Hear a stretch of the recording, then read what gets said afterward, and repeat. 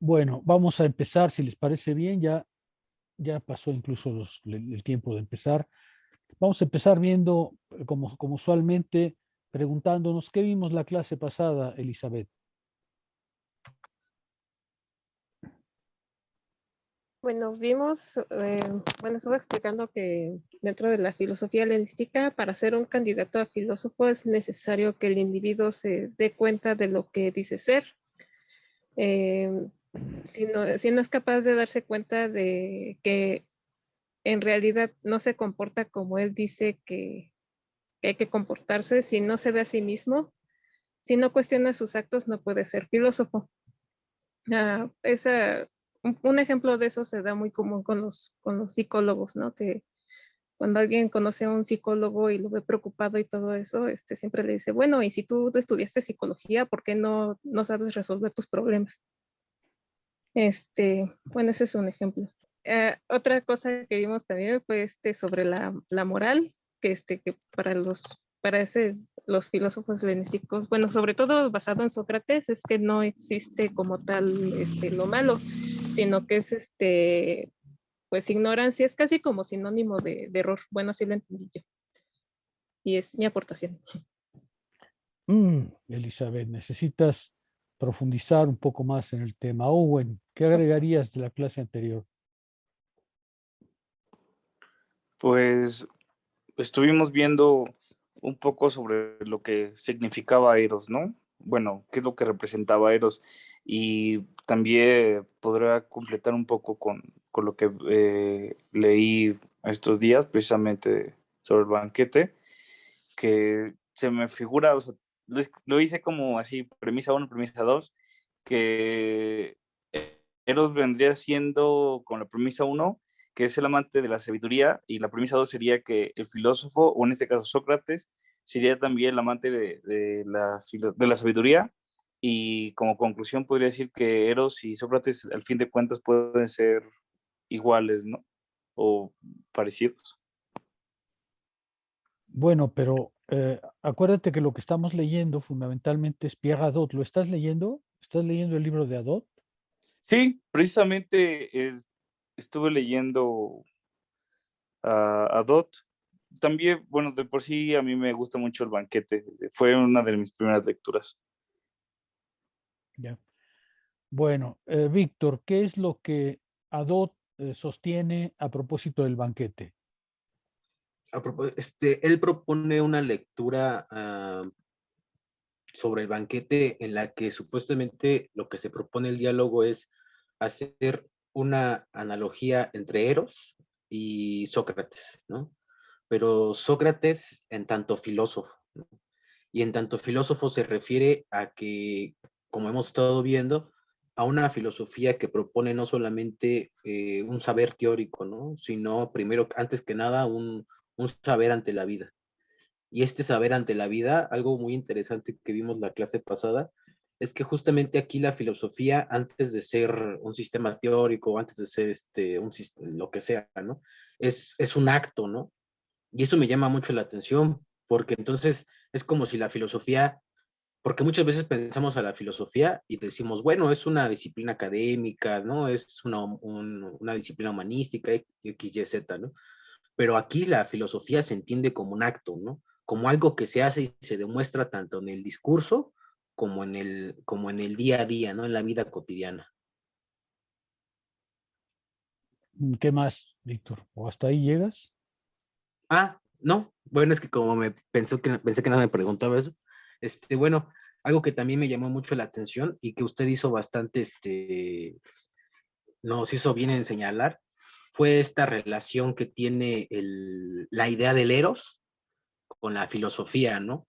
En cómo veíamos como el mito que nos representa Platón sobre el surgimiento de Eros, bueno, no en sí Platón, uno de los personajes del banquete de cómo nace Eros, ¿no?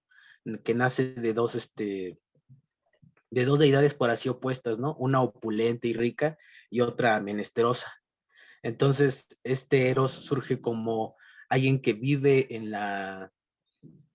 por así decirlo, en la pobreza, en la vida dura, ¿no? Pero que también es impetuoso y es valiente, ¿no? Es astuto. Y entonces es muy interesante porque yo, por ejemplo, había leído El Banquete, pero cuando Adot hace estas indicaciones, se me hace como una visión que se puede extender al menos a los diálogos socráticos de Platón, ¿no? En los que nos presenta justamente a este Sócrates valiente, ¿no? Este Sócrates que se planta ante el otro, ¿no? Yo recuerdo, por ejemplo, cuando discute contra Calícles, ¿no? En el Gorgias, creo que es una de las partes que más bueno, una de los diálogos que más me gustan de Platón, porque se me hace un Sócrates heroico, ¿no?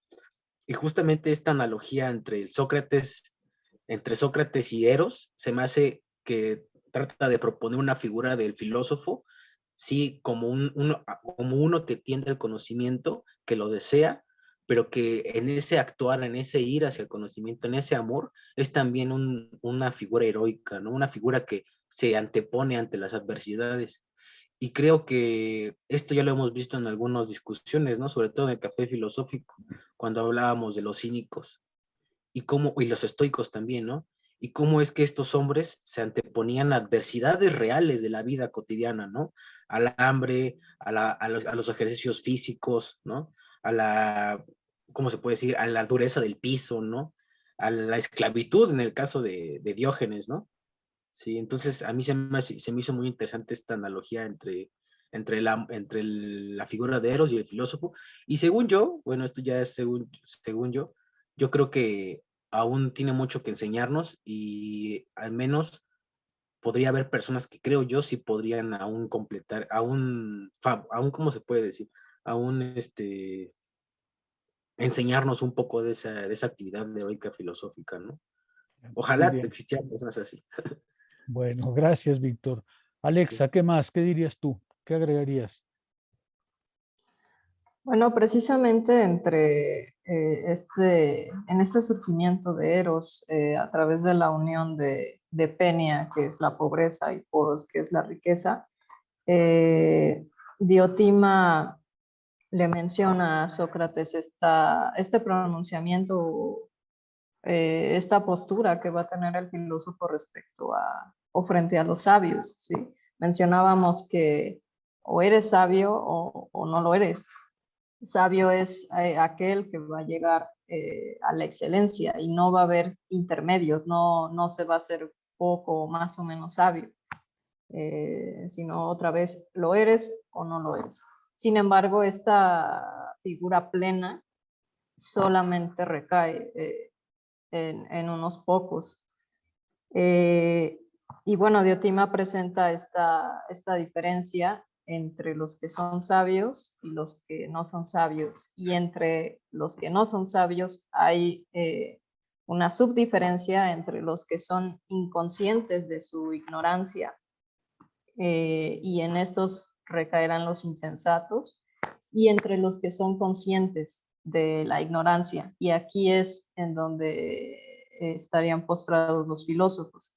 Y precisamente esto se ilustra mejor con la figura de Eros, porque el filósofo, bueno, más concretamente aquí con Sócrates, va a mantener una carencia, porque va a ser carente de la sabiduría. Sin embargo, no se va a mantener en esa carencia, sino que va a estar en constante búsqueda de resolver pues esta carencia, digamos, acercarse lo más que pueda a la sabiduría. Y esto, con todo lo que nos ha mencionado Adot, pues va a requerir un trabajo que va a ser constante, que no va a ser solo de un día. Y con esto también se ilustra la figura de los filósofos antiguos, en donde hemos enfatizado en que no solamente se dedicaban a promulgar una teoría, sino que más que nada se dedicaban a la fundamentación de esa teoría con sus actos. Muy bien, Alexa. ¿Qué agregarías, Tomás? ¿Qué reflexión agregarías? No tanto de lo que vimos en la clase pasada, sino qué reflexión te suscita todo esto. Me suscita varias, doctor. La primera es quizá mencionar de rápido, porque creo que no se mencionó la clase anterior. Hay una escena donde Herodot está diciendo que Sócrates, mientras está en el banquete, va observando cómo los demás van cayendo dormidos, ¿no? Seguramente a causa de la ebriedad. Y, y al final todos quedan dormidos, a excepción de Sócrates, quien eventualmente se levanta y después de una ablución, como dicen en mi pueblo, después de un bañito, se va a hacer sus actividades como se hacen regularmente, ¿no? Entonces creo que ello da cuenta de la mesura que Sócrates pregonaba, ¿no? Con su vida propia, ¿no? O sea, todos están en un banquete, todos están en la fiesta, están bebiendo y cayendo de alcoholizados, de borrachines, y Sócrates, por lo que pude entender del banquete y de lo que Adot menciona, mantuvo siempre, digamos, un nivel de, de consumo de vino proporcionado para, además, dar cuenta de la mesura, ¿no? Dar cuenta de no caer en las pasiones, ¿no? Y Adot muy simpáticamente dice, bueno, después de un par de abluciones, continuó su día como si fuese un día regular, ¿no? Eso es algo que me llamó muchísimo la atención y creo que valía la pena comentarlo, ¿no? Ya en lo general, acerca de la clase anterior y naturalmente de la lectura de Adot, una de las cosas o de las frases que más me gustan es aquella que usted siempre menciona, ¿no, doctor? La de no hay peor mal que el mal moral y no hay mejor bien que el bien moral. El resto es simplemente indiferente. Esto quizá un poco a propósito de lo que veremos la clase de hoy, ya un acercamiento un poco más profundo a los estoicos, pero que dice mucho de lo que para Sócrates y para los antiguos era la filosofía, ¿no? En tanto que Sócrates, por ejemplo, sabemos que sabía escribir y leer, él no predicaba con las escrituras, sino que lo hacía a través de la palabra viva, como ya lo mencionamos en clases anteriores, y más aún a través de su propia acción, ¿no? Recuerdo haber leído en alguna parte, ya olvido dónde lo leo, pero que Sócrates tenía, por ejemplo, muchos problemas, tenía muchas broncas con su mujer, ¿no? Porque Sí, no sí. cobraba. A diferencia de los sofistas, Sócrates no cobraba, ¿no? Y entonces andaba por Atenas haciendo reflexionar a la gente y tenía muchos seguidores, pero no recibía dinero alguno, ¿no? Lo que de nueva cuenta nos puede llevar a pensar en la figura que era Sócrates, ¿no? Como decía Alexa, muy cercana eh, a la magnitud, ¿no? A la pobreza, ¿no? Y en este sentido, podemos ver la gran influencia que tuvo en Zenón y en los estoicos futuros, ¿no? Entonces, eh, quizá las reflexiones que me surgen, ¿no? Es, por un lado, que em, hay que enfocarse, siendo heredero de estas filosofías helenísticas, únicamente en el ejercicio espiritual interno, ¿no? Poder comprender, yo leía, doctor, y quizá me estoy desviando de nuevo un poquito, el manual de vida de Epicteto, ¿no? Que además Pierre Hadot recoge en un libro, y en este libro Epicteto divide la vida o los actos de la vida en dos partes, ¿no? Aquellos que no son propios y aquellos que no son impropios, ¿no? Los que están alejados a nuestra voluntad. Entonces Epicteto dice, si aprendes a diferenciar estos dos, vas a ser feliz, ¿no? Ya no habrá cosa que te afecte, ya no habrá nada que te haga infeliz y vas a poder ir por la vida como un rey, ¿no? Entonces, eh, a mí esta clase en lo particular me llena muchísimo espiritualmente, ¿no? Y entonces, lo importante de todo esto me parece a mí es que estos alcances espirituales y estos alcances filosóficos no se pueden hacer aún en la soledad, ¿no? Tienen que hacerse en, en, en, en la comunión con otros filósofos y con otros estudiantes de filosofía, pues no parece que sea nuestro caso, y con un maestro. Más bien, reflexioné un poco como usted me lo pedía, doctor. Gracias. Owen, ¿tú querías decir algo? Creí que habías levantado la mano, Owen. ¿Es así? Sí, levanté la mano, doctor. Precisamente lo que estaba comentando el compañero Tomás, a mí igual se me figura que esa mesura que tiene Sócrates en su actuar, precisamente de cómo va narrando el autor, de que los demás pues se emborracharon, ¿no? Y todo eso. Entonces me asemeja mucho que Sócrates, él sí lleva a cabo lo que sería un hábito para llegar en camino a la virtud, ¿no? Siempre me acuerdo cómo tuvo su confrontación con Protágoras y precisamente Protágoras hablaba cómo podría llegar a la virtud, todo eso, pero no decía en sí que era la virtud, ¿no? Entonces me imagino que Sócrates es el claro ejemplo de que sí es posible llegar a la virtud, ¿no? Que siempre existe esa medianía, que no caer en el exceso, ni tampoco en la abstinencia, ¿no? Entonces, eso era algo más que nada lo que quería como añadir Muy ese bien. comentario. Gracias, Owen. ¿Alguien quiere avanzar algo más? ¿Algún comentario adicional que quieran hacer a esta parte? Bueno, si no es así, vamos a volver al texto. Terminamos esta parte de Adot y ya nos vamos con los estoicos que seguramente ustedes ya leyeron. Dice Adot, filósofo es entonces aquel que tiene conciencia de su deficiencia, al mismo tiempo que del deseo que hay en él y que lo atrae irresistiblemente al bien y a lo bello. Es decir, es ese personaje mediador, en este caso entre los sabios y los hombres, consciente de su deficiencia, pero al mismo tiempo también consciente de ese deseo, de ese impulso que lo lleva hacia lo bello y lo bueno y el bien, es decir, aquello que Havelock llamaba el concepto, aquello que es permanente, aquello que es inmóvil, aquello que es perenne. Feliz como Sócrates en toda circunstancia, en los bienes y en los males, en el exceso y en la carencia, porque ha encontrado el verdadero bien. Esto es importante, ¿no? Porque feliz en toda circunstancia.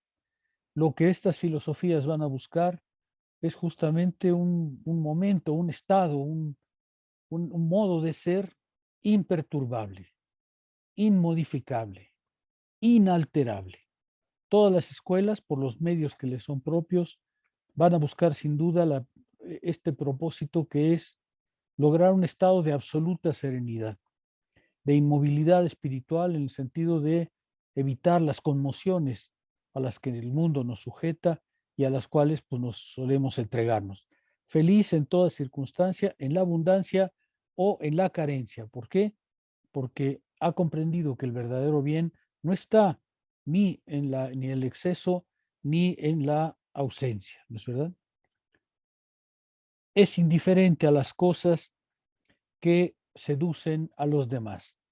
Este rasgo también va a ser importante. Es indiferente a las cosas que seducen a los demás, a las riquezas, al honor, a la belleza, al renombre, a los puestos públicos. Él es indiferente a todo eso, que son, sin embargo, las cosas que seducen a los demás. Belleza, riqueza o renombre. Pero también puede distraerse, puede detenerse en la meditación o en el placer. Es decir, el filósofo, ya veremos, no se trata de vivir una vida austera. Las filosofías no proponen una vida austera, sino proponen una vida realizada. Si hay opción, dirán los estoicos, de obtener riqueza, pues obténla con tal que tu alma no se vea perturbada. Si debes ocupar un lugar público, como veremos con Marco Aurelio, que es emperador de Roma, ocúpate, pero esa ocupación no debe modificar tu estado espiritual, tu estado interior, tu hegemonicón, van a decir los romanos, ¿no? Es este estado de serenidad el que va a ser propio de todas las filosofías helenísticas. En otras palabras, aquel que ha alcanzado una visión así, llevará, dice la sacerdotisa de Mantinea, llevará la única vida que vale la pena de ser vivida y adquirirá de esta manera la excelencia, la virtud verdadera. Esta vez, dice Adot, la filosofía aparece como una experiencia del amor. Llevará una vida enteramente satisfactoria porque comprenderá que el bien supremo, el bien más alto, es el bien que uno puede darse en la persecución de la manera de vivir que uno elige y que se da para sí. El bien soberano, ya veremos ahorita cómo con los estoicos, por ejemplo, el bien es la acción misma. El bien para ellos no es una cosa específica, es la formación de sí para actuar, la manera en que uno obtiene una personalidad para poder actuar. el bien supremo para los estoicos no es una cosa concreta. Eso va a ser un poco sorprendente para otras escuelas, pero entre los estoicos el bien supremo, el bien más alto, es prepararse para la acción, es decir, ser capaz de actuar siempre siguiendo la estructura de vida, el discurso filosófico que uno ha elegido para sí. ¿Tú quieres decir algo, Tomás? Sí, doctor. Nada más incluso comentar algo que hemos ya comentado en clases anteriores, a propósito de las posesiones materiales, ¿no? En la antigua Grecia. Recuerdo que fue en Hannah Arendt, en la condición humana, cuando ella afirma que para los griegos el problema que existía en la posesión de bienes era que no te volvieras esclavo de ellos, ¿no? O sea, que sí tuvieses lo necesario, pero que no llegases a tener tanto y que tu oikos no fuese tan grande que requiriese de tu tiempo entero, ¿no? Y entonces no pudieses tener tiempo de ocio, ¿no? Incluso recuerdo que Arendt decía que ocio era como el tiempo libre y que de ahí venía negocio, ¿no? De la negación de este tiempo libre. Entonces eso se me hace muy interesante quizá compartirlo, doctor. Y estoy seguro que se ha mencionado en otras clases incluso, ¿no? Sí, tienes razón. Hay que recordar que entre los griegos antiguos, la austeridad es, por así decirlo, la regla de vida, ¿no? Las condiciones de vida griegas son condiciones muy limitadas. Entonces, todo mundo está más bien viviendo en cierta austeridad. No son sino los muy ricos los que pueden darse lujos excesivos, los que pueden darse una forma de vida excesiva. Y es en ese horizonte en que la filosofía pensó el problema de la pobreza. Es decir, para los filósofos antiguos la pobreza no es como para nosotros un problema social, un problema que toca a la sociedad de resolver. Ellos no ven la pobreza como un problema que la sociedad habría creado y que hay que auxiliar, ¿no es cierto? Los antiguos no tienen ningún concepto de ayuda social, no tienen ningún concepto de formas de subsanar la pobreza. En cambio, ven la pobreza como un problema moral, es decir, de qué manera la riqueza va a afectar tu vida moral, de qué manera la riqueza va a transformar tu vida moral de tal manera que te va a perder. Ellos no ven pues la riqueza como un problema económico, digamos así, sino como un problema ético. ¿Qué vas a hacer si efectivamente entras en condiciones de vivir en el exceso? ¿Cómo vas a poder contener ese impulso hacia el exceso? Y efectivamente, la pobreza entre los griegos no es incluso no es una mácula, ¿no? Entre nosotros la pobreza es como una mancha, ¿no? Como una carencia, pero como una carencia simbólica, como un lastre para el individuo. Para los griegos no era exactamente así. El problema era más bien el contrario. Cómo vivir moralmente si estás en condiciones de vivir demasiado desahogadamente. ¿Qué va a afectar en tu vida el hecho de que tengas tantos lujos? ¿Cómo vas a vivir si estás sujeto a tantos placeres y a tantas cosas externas? Todavía Filodemo de Gadara, por ejemplo, que escribe, él es un epicúreo que escribe sobre la pobreza, ve las cosas en ese horizonte, ¿no? Porque le propone al filósofo cómo debe vivir. Y le dice Filodemo de Gadara, bueno, lo que tienes que hacer es vivir de tal manera que tu trabajo te dé para una vida honesta. Procura trabajar para aquellos que van a reconocer tu trabajo, para aquellos que van a reconocer tus enseñanzas, pero entiende bien que la vida debe ser fundamentalmente una forma de autosubsistencia, es decir, una vez que tengas lo suficiente, ya no consideres ir más lejos, porque para Filodemo también la riqueza es un problema ético. Gracias, porque sí tienes razón, Tomás, es una cosa interesante. Con esto dejemos un poco a Dot, porque ya lo retomaremos, porque como les decía, este curso va a ser también en parte un homenaje a Dot y a Foucault, que me parecen dos autores contemporáneos que trabajan de manera muy, muy interesante todas estas cuestiones. Pasemos ahora a los estoicos, ya entremos a las filosofías helenísticas. Espero que este preámbulo no haya sido demasiado largo, pero acerquémonos ya a las filosofías helenísticas. Yo les pedí que leyeran los primeros 19 parágrafos de de Diógenes Laercio y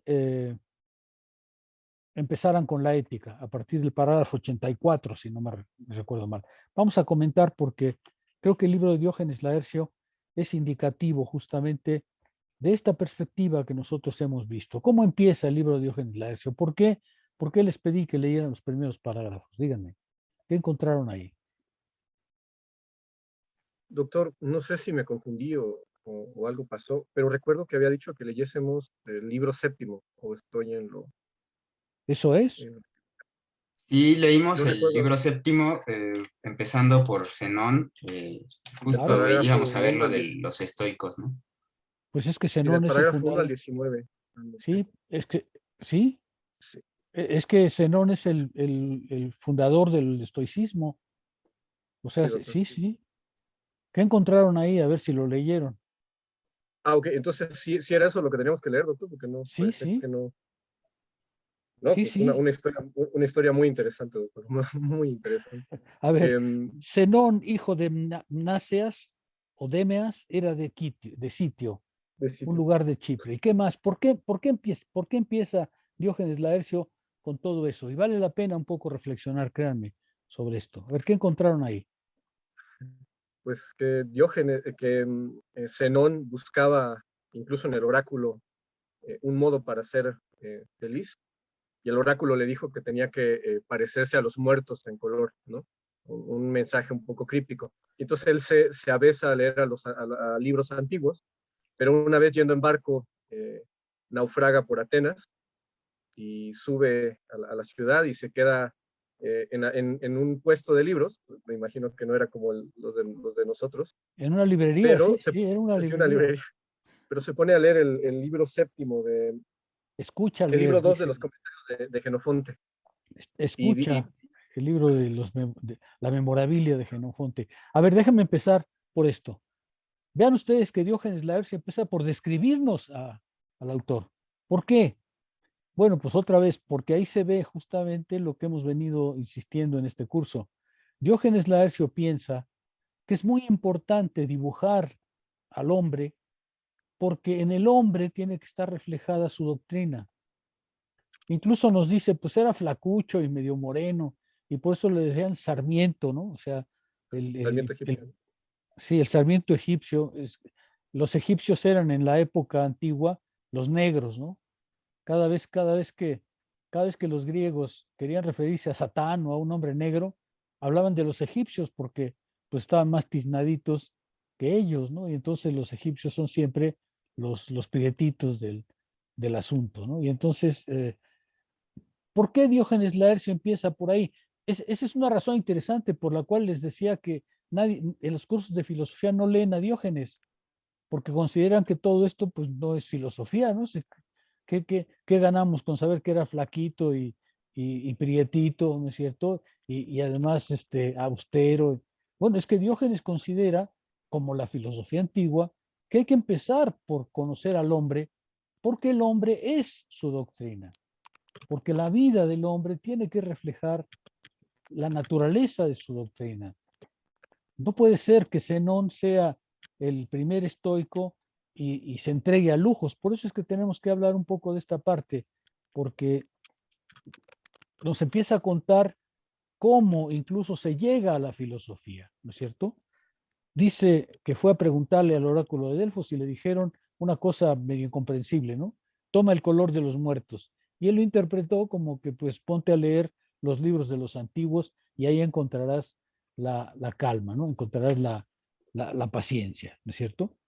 Luego, Diógenes Laercio nos cuenta la conversión de Zenón a la filosofía. Es decir, hay varias versiones sobre el hecho. La que Diógenes Laercio recoge aquí es que Zenón era un comerciante judío, Zenón era judío, Zenón era un comerciante judío que traficaba entre, lo mismo que su padre, entre el Pireo y Chipre, y que en una de esas, cuando va con su cargamento de mercancía, el barco se hunde. Zenón llega nadando al Pireo, ¿es cierto? Y se acerca a Atenas y entra en una librería. Literalmente lo que dice Diógenes es oyó leer, oyó que estaban leyendo, porque se leía en voz alta en esa época. Y era una librería. Sabemos que en Atenas había librerías. Efectivamente, a ver, les cuento un poco para cultura general. Una librería era un lugar en donde uno podía mandar a hacer libros. Por ejemplo, como todos los libros eran manuscritos, pues entonces lo que uno hacía era decirle al librero, oye, si tienes por ahí los diálogos de Platón, si tienes el banquete de Platón, pues por favor, mándalo a escribir para mí y ese es el pago, ¿no? Cuando nosotros vamos a la librería, pues tomamos un ejemplar impreso y nada más. Pero en esa época tenías que llegar y decirle al librero, que por cierto, el librero tenía que tener un cierto fondo de libros, ¿no? Los más comunes, y decirle, pues manda a copiar un libro para mí, tal libro. Es una librería. Claro, no es como Gandhi, ¿no? O como yo atrás, que tiene todos los libros puestos para que los agarres. Ningún librero podía mandar copiar tantos libros y simplemente tenerlos a la vista. Lo que sí tenía era algún ejemplar o acceso a algún ejemplar y entonces lo mandaba transcribir. Entonces, pero claro, cuando llega Zenón ahí, oye que están hablando de Sócrates, oye que están escuchando, oye el relato de Jenofonte sobre Sócrates y queda deslumbrado.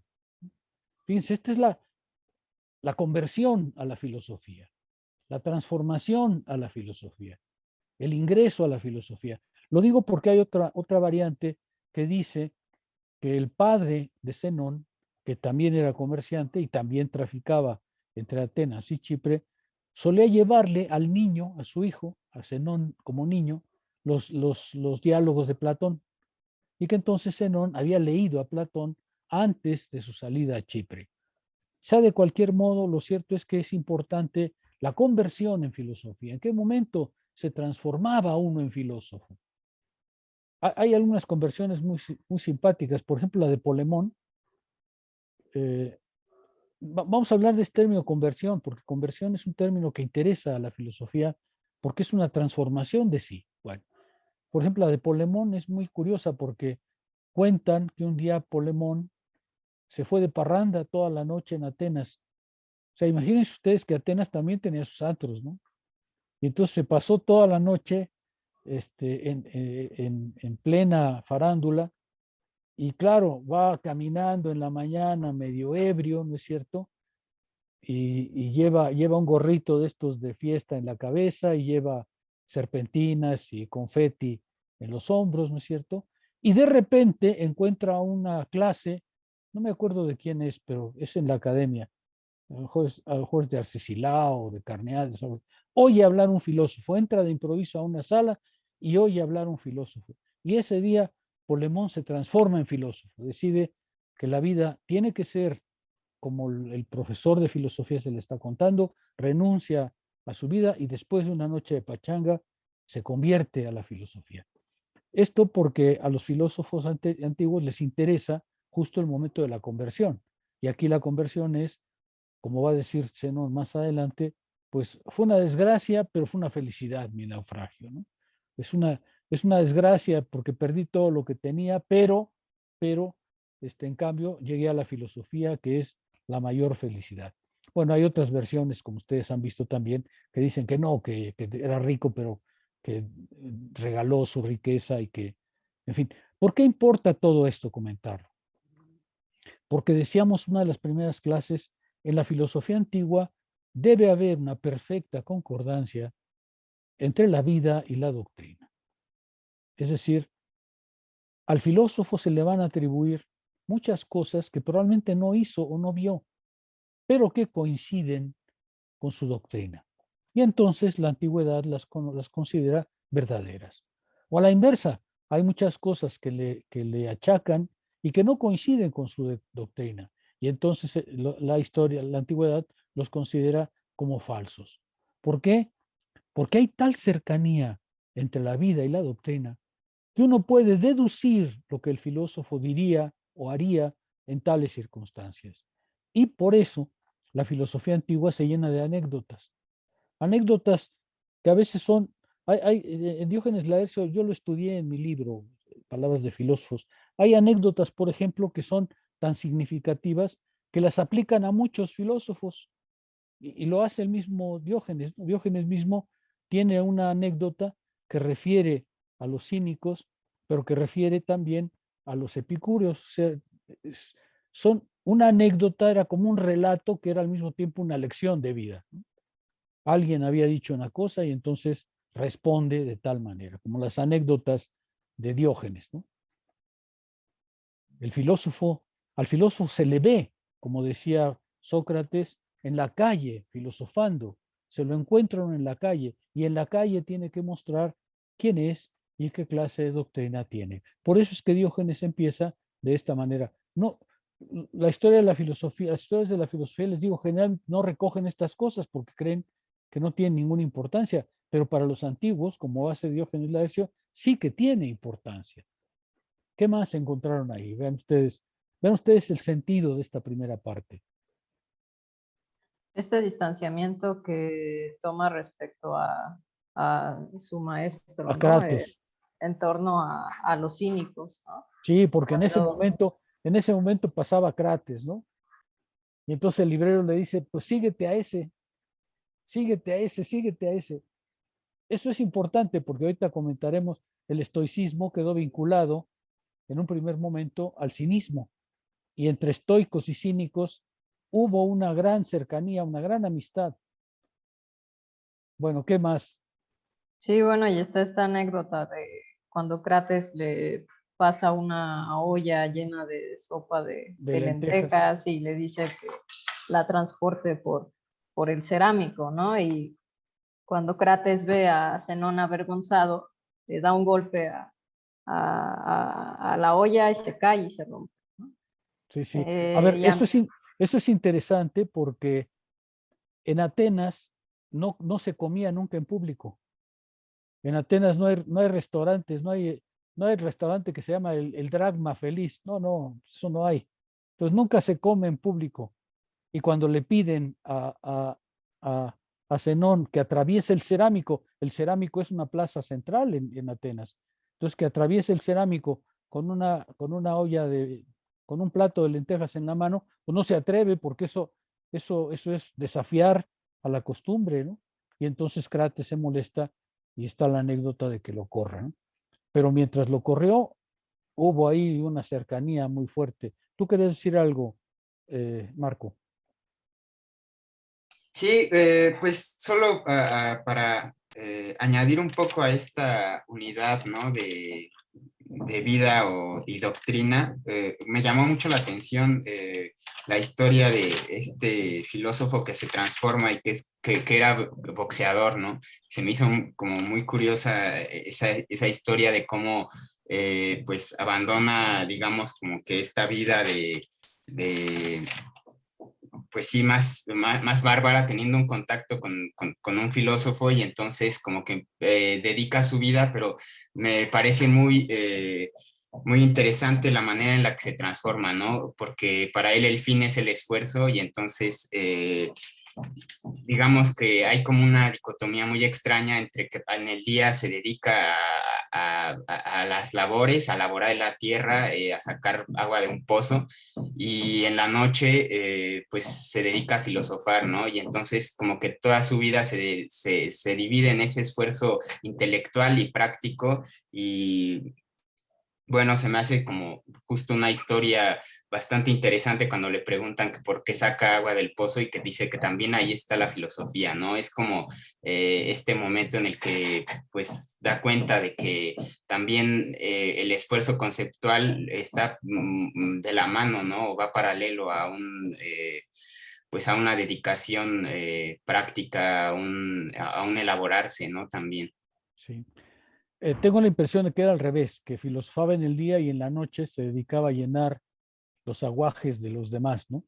Y entonces le preguntan, bueno, ¿y por qué lo haces? Pues por el esfuerzo, ¿no? Porque está acostumbrado al esfuerzo. Y además porque era medio lerdo, ¿no? Entonces, para hacerse útil, pues tenía que hacer esas cosas. Bueno, inmediatamente Diógenes Laercio nos hace una lista de las obras de Zenón. Estas listas han sido muy importantes porque es gracias a Diógenes Laercio que sabemos de la existencia de esas obras. Muchas de ellas nunca no han llegado a nosotros, ni siquiera una línea. En algunos casos hay algún comentario por aquí o por allá, pero no, muchas de ellas no han llegado a nosotros, de manera que estos pueden ser, y con frecuencia sucede con Diógenes Laercio, las únicas huellas de un montón de obras que no tenemos en las manos. Pero él cita la República. Ese es un caso interesante, porque yo les decía que todos los filósofos antiguos escriben una república, como Platón, lo que quiere decir que dibujan en una exposición la clase de ciudad que de acuerdo con ellos sería el lugar adecuado para vivir, el lugar para realizarse, ¿no es cierto? Ahora, el problema de la República de Zenón es que aparentemente le escribió, como dice Diógenes Laercio, en la cola del perro, es decir, que copió la República que había hecho Diógenes de Sinope. Y el problema de la República de Diógenes de Sinope es que era totalmente desvergonzada, ¿no? Entonces, aparentemente Zenón en su República copiaba las partes que eran muy denostadas en la antigüedad. Por ejemplo, yo les decía que Diógenes de Sinope en su República primero sugiere que todas las mujeres sean compartidas por todos y que todos los hombres sean compartidos por todos, porque le parece que la singularidad no vale la pena. Y luego, entre otras cosas, permite el incesto, permite el canibalismo, ¿no? Porque él cree que esas cosas son de la naturaleza y como todos los cínicos piensa que si algo sucede en la naturaleza, es natural, no hay por qué cancelarlo. Entonces, aparentemente Zenón copió algunas cosas de esas y esto es interesante porque en las colecciones posteriores de Zenón y del estoicismo desaparece la República. Sí, la tesis que hay es que los estoicos, cuando vieron que la República de Zenón se parecía a la República de Diógenes, cancelaron la cosa y desaparecieron el trabajo, ¿no? Es decir, se avergonzaron de eso que había escrito Zenón y decían, Zenón no fue siempre Zenón, no, Zenón no fue siempre estoico, ¿no? Se dejó seducir por Crates y escribió en la cola del perro. Por eso es interesante esta mención, ¿no? ¿Qué más? ¿Qué más encontraron? Cuéntenme. ¿Qué más encontraron en Diógenes Laercio? ¿Dónde se reunían los estoicos? Esto es un bien En un conocido, lugar que pero se llama el pórtico, ¿no? De hecho, pórtico en griego quiere decir stoa, y por eso les llamaron estoicos. así es. Es interesante que la estoa era ya reunión de otros individuos. A ver, aquí lo interesante es dónde se reunían los estoicos, porque tradicionalmente las escuelas de filosofía tenían una sede propia, ¿no? En particular, tenían una sede propia en ciertos gimnasios. Ese era el caso de Platón con su academia, ese era el caso de Aristóteles con su liceo. Por ejemplo, hay un detalle muy simpático. Aristóteles no era ateniense. Aristóteles venía de otro lugar y entonces, como no era ateniense, no tenía derecho a tener a comprar un lugar en Atenas. No tenía derecho a ser propietario. Entonces el liceo no era propiedad de Aristóteles ni de la escuela, porque Aristóteles no podía, siendo como era un meteco, tener propiedades. Y en el caso de Platón, hay una anécdota muy simpática, porque dicen que, según la anécdota, saben que las anécdotas pueden ser verdaderas o falsas, pero según la anécdota, Platón, en uno de los viajes que hizo a Siracusa para adoctrinar a Dion, fue atrapado por piratas a su regreso. Cuando regresaba a Atenas, lo agarraron los piratas. Entonces los piratas lo que hicieron fue pedir un rescate por Platón. Los amigos de Platón en Atenas, por supuesto, se inquietaron mucho, se cooperaron, hicieron una vaquita. Uno de ellos puso una gran cantidad, que era prácticamente lo que pedían por Platón, para pagar su rescate. Pero como este hombre puso mucho dinero y los amigos ya habían reunido, pues entonces sobró dinero del rescate de Platón. Y con ese dinero que le iban a devolver, no me acuerdo cómo se llamaba, pero que le iban a devolver a este hombre, que no aceptó, compraron el terreno de la academia, o sea, la academia se compró con el dinero del rescate de Platón, de los piratas. Las escuelas de filosofía solían instalarse en los gimnasios. Como les decía, es el caso de Platón, es el caso de Aristóteles. En el caso de Epicuro, Epicuro era griego en el sentido de que sus padres eran atenienses y por tanto pudo comprar lo que se llamó su jardín. Los únicos que no tienen un lugar así son los estoicos.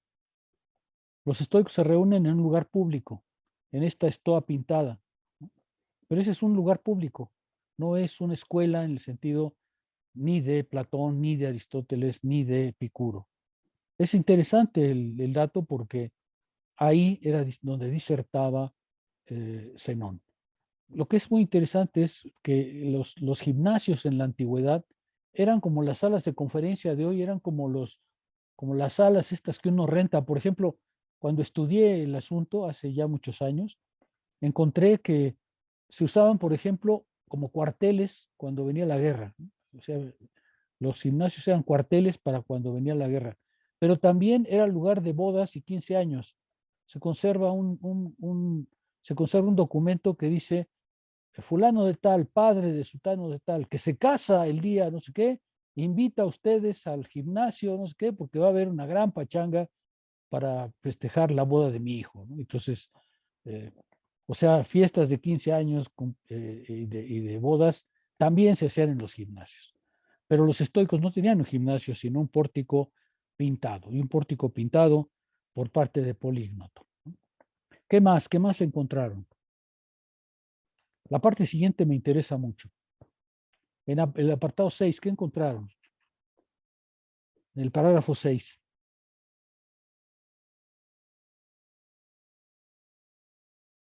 Es el que se refiere, doctor, a la veneración que le tenían los atenienses, ¿no? Así es. Eh,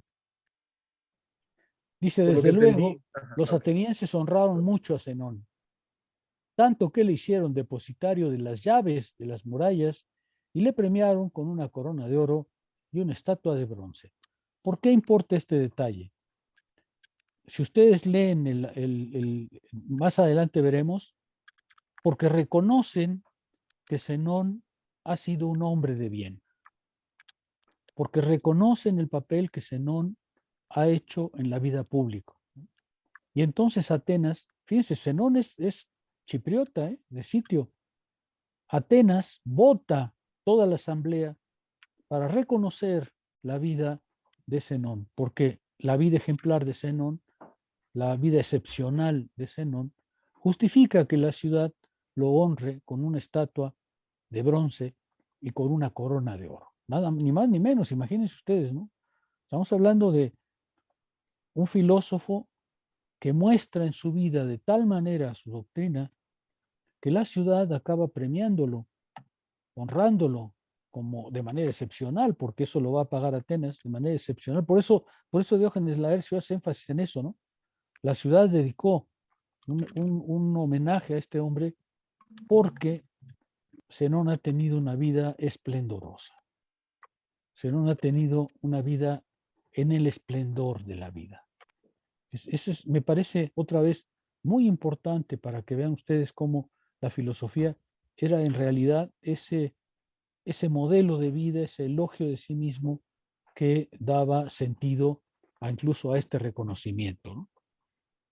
Eso aparece, si ustedes quieren leerlo, está en el apartado 9, en el parágrafo 9.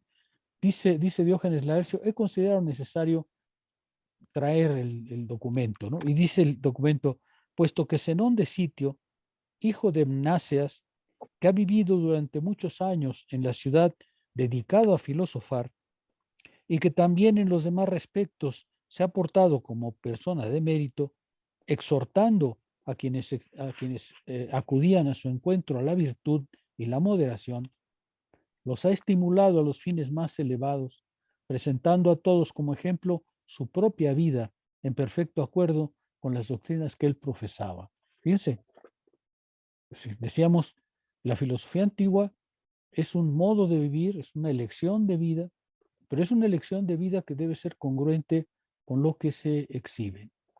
Le ha parecido bien al pueblo, dice el apartado 11, con buena fortuna, elogiar a Zenón de Sitio y coronarlo con una corona de oro de acuerdo con la ley, en honor a su virtud y sabiduría moral, y construirle un sepulcro en el cerámico a costas del erario público. Para la forja de la corona y la construcción de la tumba, el pueblo vota ya a 5 ciudadanos de Atenas para que se ocupen de esto. Y dice abajo, y que el gasto que resulte de las estelas corra a cargo del encargado de la administración, a fin de que todos sepan que el pueblo de Atenas honra a los hombres de bien, tanto vivos como muertos. Fíjense, esta parte es muy interesante. ¿Por qué? Porque indica justamente que la vida de Zenón, el esplendor, hace poco hicimos un curso con Nuni, con Norma, que se llamaba así justamente el esplendor de la vida estoica. Yo propuse ese nombre porque quiero subrayar que eso es una vida en el esplendor, en la completa realización de sí. Es una vida brillante, es una vida que muestra que la filosofía se exhibía, era reconocida no solo por llevar a los demás al bien, sino porque había una perfecta concordancia entre la virtud y lo que se manifestaba. Por eso es que es interesante esta primera parte, ¿no? Para ver cómo Diógenes Laercio coloca la filosofía efectivamente en relación con su vida pública. Eric. Doctor, usted ya ha mencionado que Zenón era descendiente, ¿no es cierto?, del pueblo judío. Sí. Para usted, ¿qué hay de judío en Zenón? Sobre todo en su doctrina. Sí. ¿Hay algo explícito? ¿No lo hay? Sí hay. Pollens, un gran, probablemente uno de los grandes estudiosos del estoicismo, un alemán. Estas filosofías durante mucho tiempo fueron muy descuidadas, ¿no? Pero Pollens es un gran escritor, un gran investigador del estoicismo antes de la corriente que los hizo más populares. Y Pollens dice que la concepción que tiene Zenón de Dios, es decir, vamos a hablar de eso, del logos, de una unidad, de solo una unidad, de Dios como la omnipotencia que anima todas las cosas del mundo, es decir, en realidad es una especie de monoteísmo muy marcado. Pollens dice que probablemente se debe a su origen judío. Porque acuérdate que griegos y romanos pues tienen un montón de dioses, ¿no? No son monoteístas, sino que tienen una multiplicidad de dioses. En cambio, el estoicismo sostiene que no hay más que un principio, un único principio, que lo llaman de muchas maneras, pero lo llaman destino, lo llaman Dios, lo llaman logos, en fin, es único. Entonces Pollens piensa, no sé, yo no soy suficiente conocedor de las creencias del pueblo judío, pero suena razonable que parte del judaísmo de Zenón se vea en esta elección. ¿Sí? ¿Sí queda claro? Sí, doctor. Bueno, ¿qué más? ¿Qué más encontraron? Rásquenle un poquito por eso les pedí que leyeran estos parágrafos, para que se dieran cuenta de cómo Diógenes Laercio comienza la filosofía con un relato del individuo, de lo que le gustaba, de las cosas que comía, de los gestos que hacía, ¿no es cierto? Es decir, a ver, hay un comentario muy bonito que alguna vez encontré que decía, mire, en realidad, para describir a un hombre, pues no hace falta la batalla de Troya, ¿no? Sí, claro, la batalla de Troya describe los caracteres y tal, pero en realidad con un pequeño gesto, con un detalle se sabe quién es el hombre, ¿no? ¿Qué clase de hombre es el hombre? De manera que para los antiguos, pues importan las anécdotas, ahorita veremos que narra varias, ¿no? Importa sus costumbres, importa cómo se comportaba, qué gestos hacía, ¿no es cierto? Vean ustedes, todas esas cosas que hoy a la filosofía no le importan en absoluto. Yo creo que yo sepa ningún libro de filosofía y empieza describiendo al filósofo y qué come y qué gestos hace y si quiere a su perro y cómo se llama. En fin, eso ya no es, ¿no? Pero en cambio en la filosofía antigua es muy importante. Alexa. Este distanciamiento que Zenón tomaba respecto a la aglomeración de personas, ¿no? Y como se menciona en una anécdota que en cuanto se empezaba a juntar la gente, le señalaba una valla que rodeaba, si no entiendo mal, una especie de monumento, y les comentaba que esa valla había sido retirada del medio porque estorbaba, digamos, Sí. el camino. Y asimismo, pues, si esa aglomeración se pasaba a retirar, también les estorbaría menos a Zenón y a los pocos que lo acompañaban. Sí. Sí, pero no es un rasgo del estoicismo, es un rasgo de Zenón persona más bien, ¿no?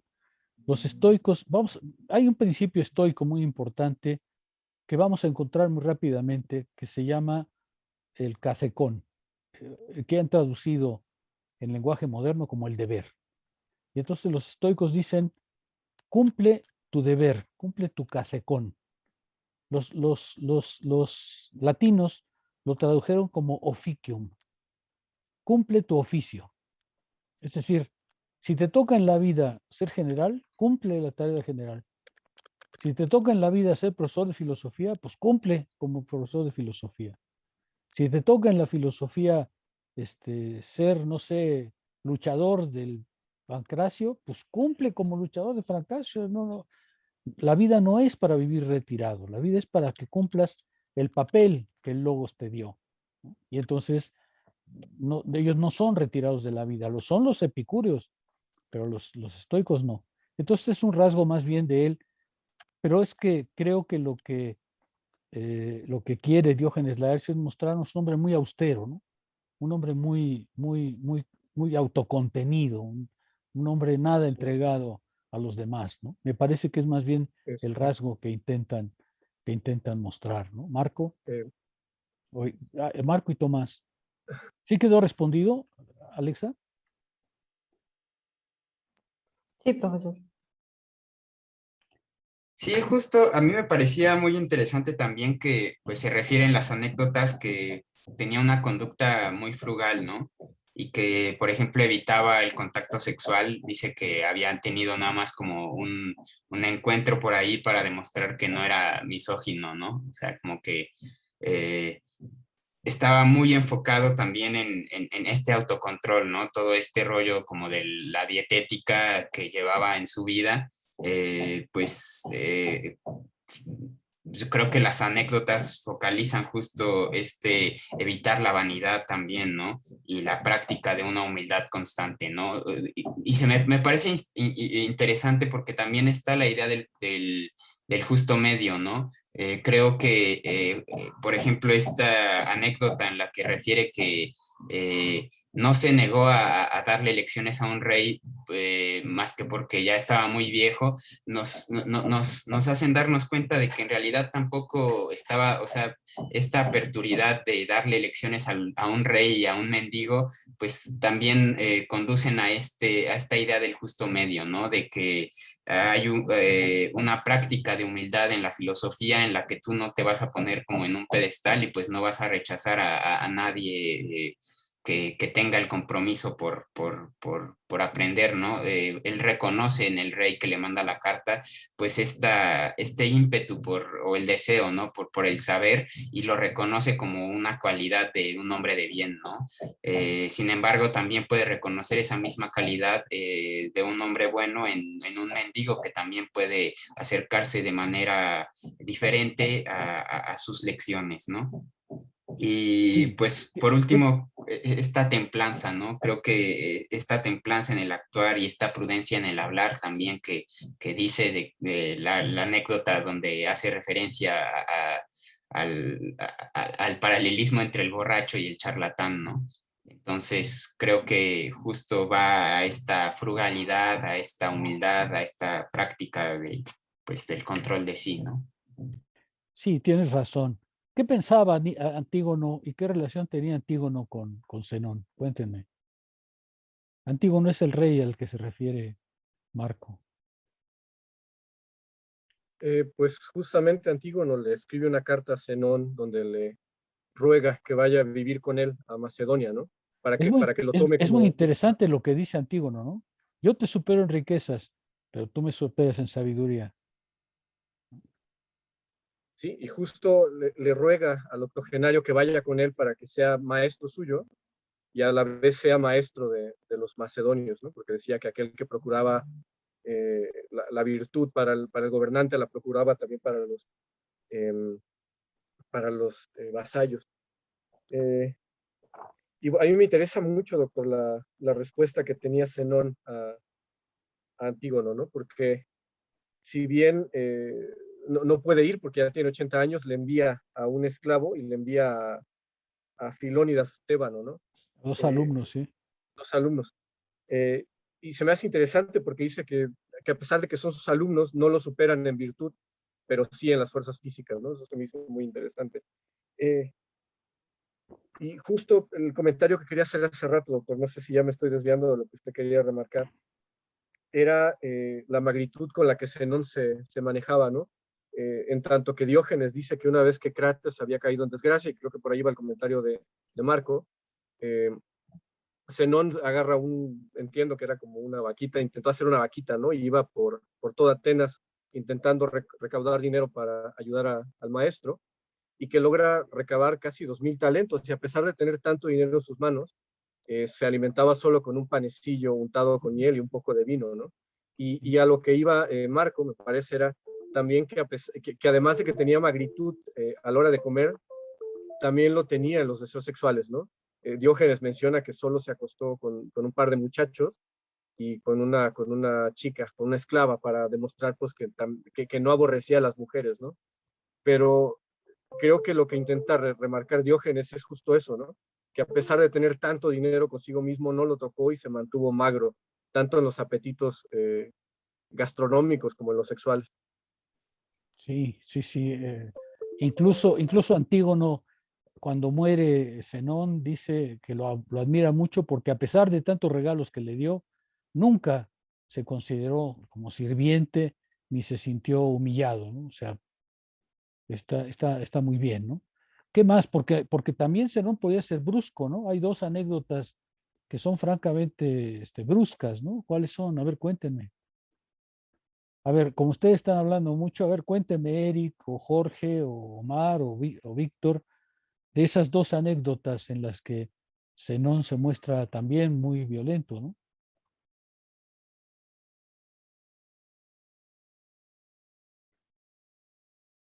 Dice en el parágrafo 18, cuando Aristón, un discípulo suyo, discutía un tema sin compostura, sino con precipitación y arrebato, le dijo, desde luego tu padre debió de engendrarse en un momento de borrachera. Eh, Creo que si Zenón hubiese dicho eso hoy, estaría enfrentada a la Junta de Honor de la universidad, ¿no? Directamente. Pero eso es lo que le dice, ¿no? Aquel que hace una disertación sin ton ni son, si tal, ¿no? Entonces le dice, seguro que te engendraron en un momento de borrachera, ¿no es cierto? Y luego más abajo en 19 dice, a un muchacho que le había preguntado una cuestión que excedía la curiosidad propia de sus años, lo condujo ante un espejo y lo invitó a mirarlo. Luego le preguntó si le parecía que concordaban esas preguntas con su imagen aquella. Fíjese que es decir, el filósofo, el estoico, lo vamos a ver en la actitud estoica más adelante. El estoico así que le importan los demás, pero le importan con reserva. El estoico no cree, por ejemplo, en la caridad cristiana, el estoico no cree que hay que hacer el bien a todos y a tontas y a locas, sino ellos dicen, solo podrá escucharte el que desee escuchar. Y los que no desean escuchar, no lo intentes, no vale la pena porque no van a salir de ahí, ¿no? Y entonces el estoico no actúa con esa idea de que hay que salvar a toda la humanidad. El estoico dice, yo actúo con la reserva de esperar que alguien decida escuchar, porque el primer paso para la filosofía es, como decíamos la ocasión anterior, tener conciencia de que no se vive como se debe y por tanto es necesario cambiar de modo de ser. Y aquí se ve justamente esa violencia que tiene que tiene Zenón ante aquellos que rebasan los límites, que van más allá de donde pueden ir, ¿no? Y creo que eso es muy, muy característico del estoicismo. Ya veremos, sobre todo con Marco Aurelio, la relación que guarda con los demás, la manera en que percibe su actitud con los demás. Pero aquí ya se ve en Zenón ese carácter del estoico que sí desea ayudar a los demás, sí desea, pero espera de los demás una voluntad de escucha sin la cual no hay nada que hacer, ¿no? ¿Sí queda claro? Bueno, yo les pedí que leyeran hasta la 19 porque después vienen una serie de cosas adicionales al que no deseo entrar. ¿Algún comentario antes que entremos a la ética? Hay tiempo todavía. La ética empieza en el parágrafo 84. Les pido que lean esto, pero creo, lo estuve revisando hoy, estaba trabajando en la clase de hoy, y me di cuenta que probablemente necesitan un libro más actual sobre la filosofía estoica, ¿no? Porque pues no les basta con Diógenes Laercio. Y creo que no les he recomendado nada, ¿verdad? Bueno, miren, le voy a pedir a Yaret que les envíe un libro que es un buen libro, porque el autor es muy bueno, aunque este libro es particularmente pesado, no es una gran lectura, pero se llama Las filosofías helenísticas creo que es Andrew Long, Long. Si lo pueden conseguir por sus medios, sería mejor. Es muy fácil, está publicado en Alianza Universidad. Anthony Long se llama, Anthony Long. Long. Y entonces ahí podrán ver una presentación más reciente de la filosofía estoica. Norma nos dio a conocer hace poco un libro, le voy a pedir que si no le molesta compartirlo con nosotros, de un filósofo norteamericano que ha tratado de vincular el estoicismo con los problemas contemporáneos. Según, yo no conozco el libro, pero Norma me dice, yo conozco otro libro de él que se refiere al estoicismo como modo de vida, que en realidad es un fusil de Adot, pero en fin, el caso es que este amigo tiene esa perspectiva y nos puede servir. Pero por lo pronto el de Long, para que tengan una presentación reciente de la filosofía estoica y no de síntesis nada más, ¿no? Sino más elaborada, mucho más elaborada. Long no es una mera síntesis, sino es una elaboración mucho más cuidadosa. Long tiene varios libros sobre el estoicismo. No sé si se puedan conseguir en español. Es un gran intérprete, es un gran conocedor de eso. ¿Sí queda claro? Bueno, vamos, ¿algún comentario? Vamos al apartado 84. Perdón, profesor, nada más una pregunta. ¿Cómo dijo que se llamaba el libro? Anthony Long. Ajá, el libro. Las filosofías helenísticas. Gracias.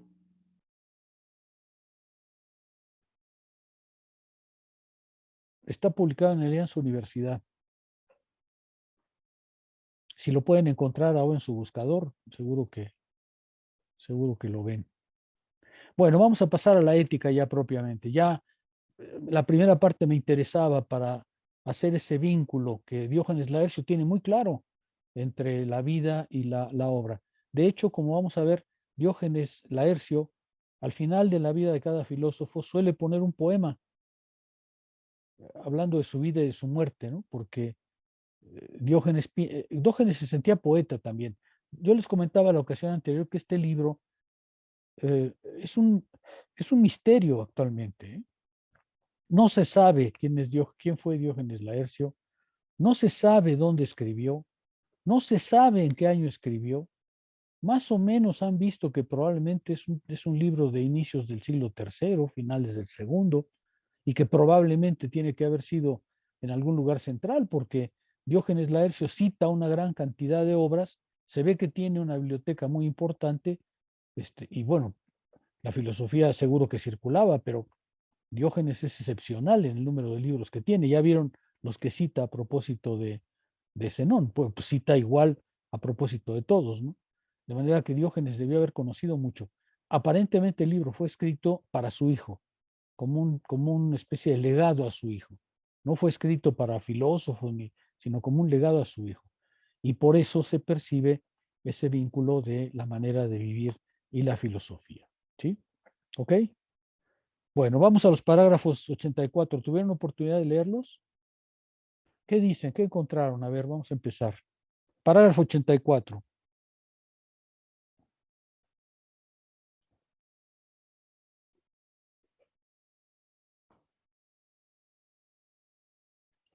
¿Quién se lanza? ¿Voluntarios? Pues empieza un poco explicando como la división de la ética y cómo se divide en el estudio de la virtud, en el estudio del vicio, y bueno, lo que a mí, digamos que fue lo primero que llamó mucho mi atención fue esta definición de la amistad, ¿no? Después de, obviamente, después de introducir la división de la obra y del estudio de la física y de pues las diferentes partes de la doctrina, me pareció muy interesante cuando empieza a hacer la reflexión sobre la amistad, sobre el amor, sobre las sensaciones, ¿no? Sobre la éstesis. Yo quisiera rescatar justo esta definición de la amistad como el ver al amigo como tu otro yo, ¿no? Y cita ahí un par de obras de Posimodoro y de Catón sobre los deberes y sobre los prodigios. Y justo hace esta alusión a la concepción de la amistad como semejanza entre buenos, ¿no? Como una comunidad de las cosas de la vida. Y a mí justo me llamó mucho la atención esta idea de la comunidad de lo bueno en la vida, ¿no? Como principio de la amistad y que justamente está muy en relación con la práctica filosófica, ¿no? Es una concepción de la amistad que, por ejemplo, se opone mucho a la existencia de la necedad, ¿no? Y siento que justo es una concepción muy filosófica en tanto que busca la moderación, ¿no? Es una concepción de la amistad vista desde la moderación, ¿no? A ver, tienes razón, pero te saltaste quién sabe cuántos Un parágrafos. montón, ¿no? En Sí. realidad no empieza así y yo necesito empezar por el principio. Alexa. Bueno, a mí me llamó mucho la atención que en esta división de la parte ética, que divide la doctrina del impulso y la sección de los bienes, en el momento en que habla del impulso, se menciona esta naturaleza que va a aparecer pues en todos los seres vivos, ¿no? Eso Que es es muy importante. la toma de conciencia de su condición, de su constitución y cómo pues esto conduce o conduciría a los seres vivos a la salvaguarda de sí mismo, pues como eso, como primer impulso. Y cómo introduce en relación con esto también como parte de la naturaleza la razón que le es dada a los seres humanos.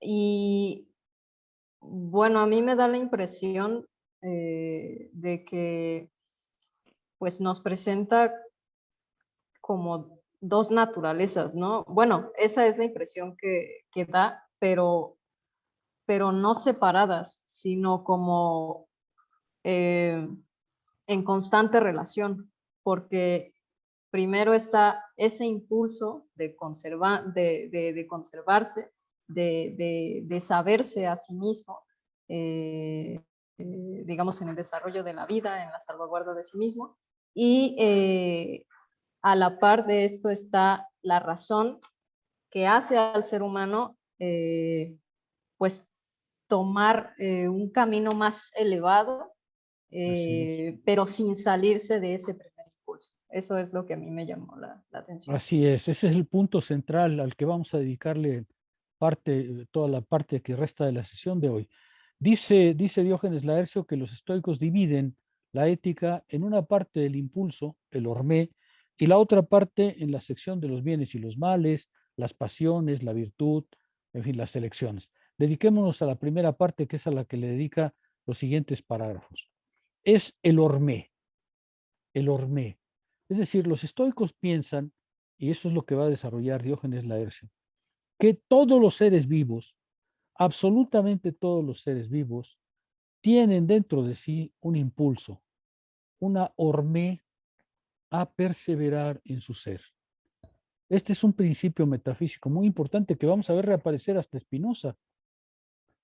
Hay un impulso, una hormé básico en cada ser vivo que hace que tome conciencia de sí mismo y busque aquello que lo beneficia y rechace aquello que le perjudica.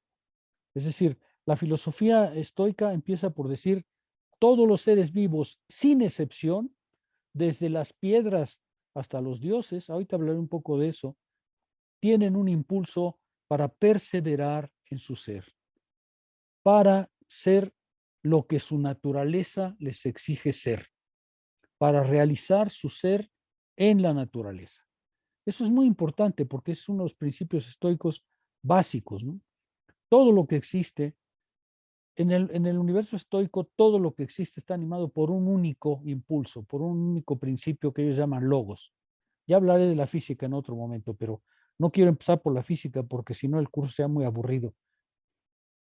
Todas las cosas de este mundo obedecen a un único principio, a un principio creador que es el logos, o Dios, o el destino. En el caso de los seres humanos, como todos los seres vivos, también están dotados de un impulso por perseverar en su ser, por ser lo que deben ser, por realizar su propia naturaleza. Voy a leerles una cosa de Séneca para que vean esto con un poco más de cuerpo, ¿no? A ver, déjenme consultar mis notas, a ver dónde lo anoté.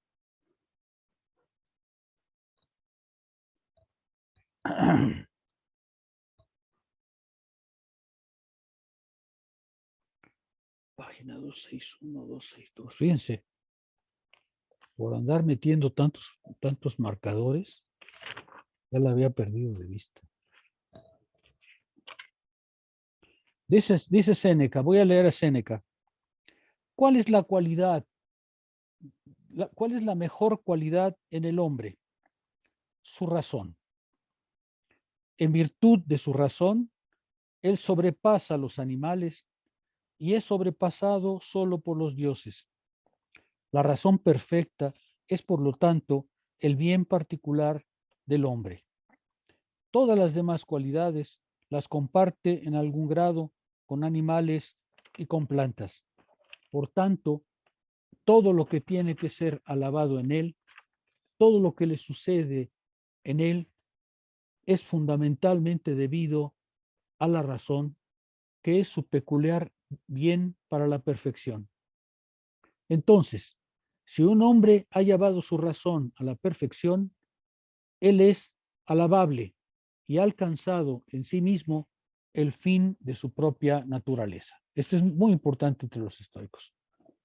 La tarea del hombre es realizar su fin en la naturaleza y la filosofía debe contribuir justamente a eso.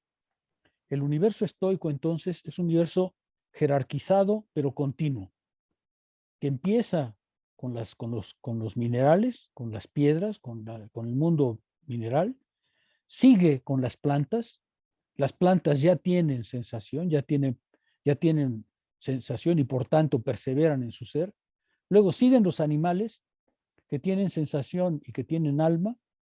Luego sigue el ser humano, al cual la naturaleza lo ha dotado de razón. Y finalmente terminan los dioses. Pero los dioses y los seres humanos, ambos están dotados de razón. Y eso coloca al ser humano en un lugar excepcional. Entonces, el primer movimiento es justamente la hormé, el impulso por perseverar, el elegir lo que es conforme a nuestra naturaleza. Y veremos de qué manera se va logrando. Pero el hombre tiene la particularidad de que la naturaleza lo ha dotado de razón. Y eso lo coloca en un lugar completamente excepcional. Lo llena de deberes, lo llena de obligaciones que tiene que cumplir consigo mismo, pero también con el cosmos. Dice Diógenes Laercio en el 85 al final, pero a los animales racionales les ha sido dada la razón en su preeminencia más perfecta, y para estos el vivir de acuerdo con la razón rectamente resulta lo acorde con su naturaleza, pues esta es como un artesano que supervisa el instinto. Vivir conforme a la razón. Ese es el primer punto que yo quiero que tengan claro. Para los estoicos, ese impulso que anima todas las cosas que existen en el ser humano se concluye como razón, que es la máxima perfección. Cosa que es un poco rara porque pues no es que un animal sea imperfecto, ¿no? Simplemente que no tiene razón. El ser humano es la perfección porque tiene la razón. Pero eso lo obliga a vivir conforme a la razón. Es decir, el discurso estoico es profundamente racional. Los estoicos creen que hay una razón que domina todo el mundo, hay una única razón, un único logos que domina absolutamente todas las cosas, y por eso van a tener un mundo que llamarían algunos determinista, en el sentido de que en realidad es un mundo en el que todo sucede por una causa o por una serie de causas específicas, ¿sí? A ese principio, para vivir de acuerdo consigo mismo, se le va a llamar oikeiosis. Oikeiosis. Oikeiosis es ese impulso por encontrarse a sí mismo, por ser uno mismo. En el término oikeiosis, es decir, la oikeiosis es ese impulso nato que es compartido por todos, que es una estructura de la existencia de todos, pero que en el ser humano está además teñido de razón. Esa es la oikeiosis. La hormé toma la forma de la oikeiosis, que es ese impulso basado en la razón. El término oikeiosis es interesante porque en su raíz tiene el término oikos, que es casa.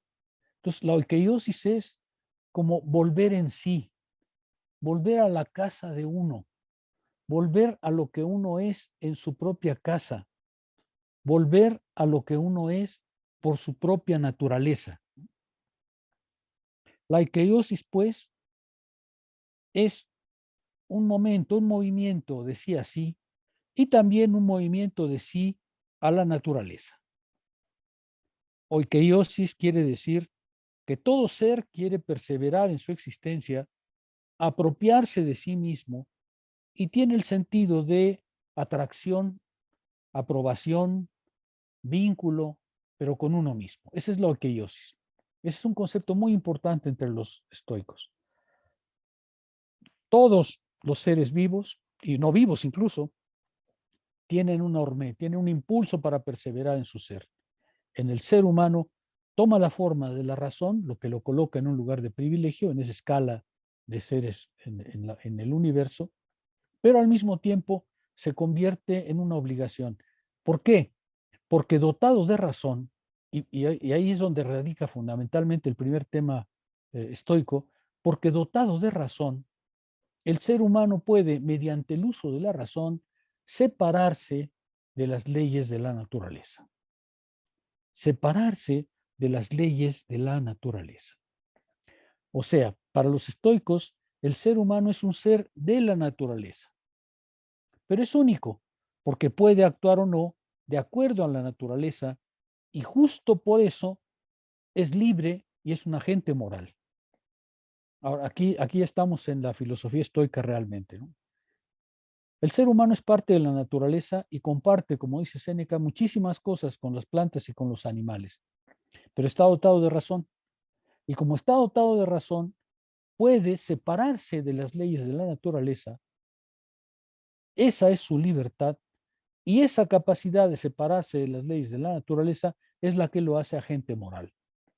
Para los estoicos va a ser muy importante pensar pues el tema de la libertad. La filosofía estoica es una filosofía de la libertad, una filosofía que quiere encontrar para el ser humano una libertad irrenunciable. Y esa libertad va a estar en el interior de uno mismo para ellos, fundamentalmente. Pero es un discurso sobre la libertad, sobre cómo los hombres pueden hacerse libres. Decíamos en alguna clase anterior, para estos aristócratas de la Grecia antigua, la libertad no quiere decir la libertad política, porque la libertad política ya la tienen. La libertad que tienen que alcanzar es la libertad respecto a sí mismos, respecto a sus pasiones. Ahora, el problema es que justamente como tienen uso de la razón, pueden separarse de las leyes de la naturaleza y vivir con la razón equivocada. Ya veremos cómo los estoicos resuelven esta cuestión, que es muy interesante. Lo importante aquí señalar es el oikos, es justamente ese movimiento por el cual el ser humano debe regresar a su naturaleza, a su oikos, a lo que él es, a lo que su naturaleza le manda ser. Eric y luego Víctor. Doctor, no me queda claro esto de separarse de las leyes de la naturaleza.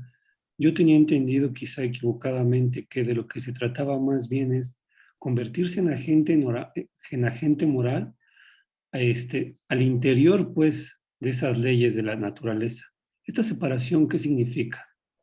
Significa que si fuésemos racionales todo el tiempo, estaríamos siguiendo nuestra naturaleza.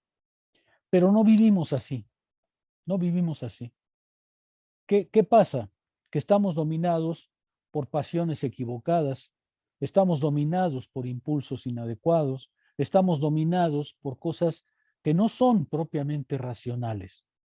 En ese sentido, lo que hace el ser humano es que con su libertad de acción, con su libertad de pensamiento, con su libertad de razón, elige fines equivocados. Es la razón la que elige esos fines, pero es la razón equivocada. Y en ese sentido, lo que hace el ser humano es justamente no vivir conforme a su naturaleza racional, sino vivir conforme a leyes que le son dictadas de fuera, a impulsos que le son dictados de fuera, es decir, no viven la razón. Por ejemplo, un depredador de los bosques hoy. Los estoicos dirían, pues es que no ha comprendido su lugar en el mundo. Él cree que los bosques o los animales o la madera no le pertenecen a él, sino que son como otro mundo que puede saquear y explotar. Está actuando sin razón. Un hombre que somete a otros hombres está actuando sin razón porque no se da cuenta que está sometiendo a sus semejantes. En ese sentido, para los estoicos, no estás viviendo racionalmente, tienes que volver a la razón, que significa, ahorita veremos, vivir conforme al orden de las cosas, de todas las cosas. ¿Sí se ve lo que quiero decir? Sí. Justo porque es libre, no vive su naturaleza natural, sino que vive una naturaleza violentada en él mismo. Víctor. Sí, era justo lo que preguntó Eric también. Si esta palabra de separarse no se refiere más a anteponerse. Y ahorita con lo que explicó, entonces, para los estoicos, la libertad sería solamente posible si logramos vivir conforme a la naturaleza, bueno, a nuestra naturaleza. Sí. Bien. Sí, porque, Gracias. a ver, vamos, digamos, yo pensé que era claro, pero aparentemente no. La naturaleza ha hecho al hombre racional. Esa es su esencia, esa es su definición. De manera que vivir bajo la razón es vivir la vida en su excelencia, en su esplendor. En ese sentido, para los estoicos, la libertad es justamente esa, comprender el orden de todas las cosas y comprenderse en él. Eso es ser libre. ¿Sí? Saber actuar en ese mundo. Cuando tú actúas de manera distinta como un depredador, como un violento, lo que estás haciendo es no actuando bajo la razón. A pesar de que la razón es tu naturaleza, resulta que el uso de tu razón te ha llevado a un error. Y eso va a ser justamente la perspectiva estoica. Cuando tú actúas fuera de la razón, actúas mal, siguiendo justamente la enseñanza socrática. El mal es ignorancia. El mal es no saber lo que hay que hacer. El mal no es tu naturaleza, sino el mal es una afección de tu razón. Es una afección de tu conocimiento. ¿Queda más claro? Sí, solamente preguntaría, entonces, si el mal está fuera de la razón, previo debe existir algún criterio que regule, ¿no? La actividad. Espérate tantito. Espérate Gracias. tantito, pero además déjame decirte esto. El mal no está fuera de la razón. El mal es la razón equivocada. A ver, Bien. ¿te acuerdas del principio socrático? Nadie hace mal más que por ignorancia. Es decir, no hace mal, la gente no hace mal según esta perspectiva. Por eso les decía que los estoicos siguen mucho en ese punto a Sócrates. El malo es que no sabe qué es el bien. Confunde lo que hace con el bien. Por ejemplo, con su propio bien. Tú eres un depredador de la naturaleza. Crees que te haces bien porque te enriqueces. En realidad, no te has dado cuenta, dicen los estoicos, del orden del cosmos completo en el cual tú formas parte. Por ignorancia de lo que es la razón y lo que es el orden del mundo, actúas como depredador, confundiendo, pensante, claro que eres, pero confundiendo los fines que debes perseguir. Ya veremos cuáles son los fines que persiguen, pero por ahora lo interesante es que el primer movimiento, es decir, solo vives libre y racionalmente cuando vives bajo los mandatos de la razón. ¿Sí queda claro? Es decir, cuando sigues tu propia naturaleza racional. Y cuando te equivocas, es porque no es porque el mal venga de fuera o porque hay algo extraño a ti que te impulsa, no, es porque tu razón está funcionando mal. Otra vez, porque según Sócrates, solo haces mal por ignorancia. Pero ese es el costo de la libertad. Es como ser libre que eres bueno y es como ser libre que eres malo. ¿Sí? ¿Sí queda claro? Justo te puedes Sí. distanciar de la razón y actuar en la ignorancia. ¿Sí? ¿Sí va un poco más claro? Vamos a Sí. seguir. 87. Por eso, Zenón fue el primero en Sobre la naturaleza del hombre en decir que el fin es vivir acordadamente con la naturaleza, que es precisamente vivir de acuerdo con la virtud. Lo mismo dice Cleantes y lo mismo dice Posidonio. Porque nuestras naturalezas son parte de la naturaleza universal. Ese es el primer principio estoico. Zenón dijo que el primer principio es vivir conforme. Así de pelón, de escueto. Vivir conforme. ¿Vivir conforme a qué? Vivir en armonía, en concordancia, en equilibrio con todas las cosas, con absolutamente todas las cosas, porque todas las cosas obedecen a un único principio. Estamos unidos a todas las cosas del universo por un lazo imposible de romper. Ahora, vivir libremente, vivir racionalmente es vivir conforme, dice Zenón. Como sus seguidores dijeron, bueno, pues es que está muy abstracto, ¿no? Vivir conforme.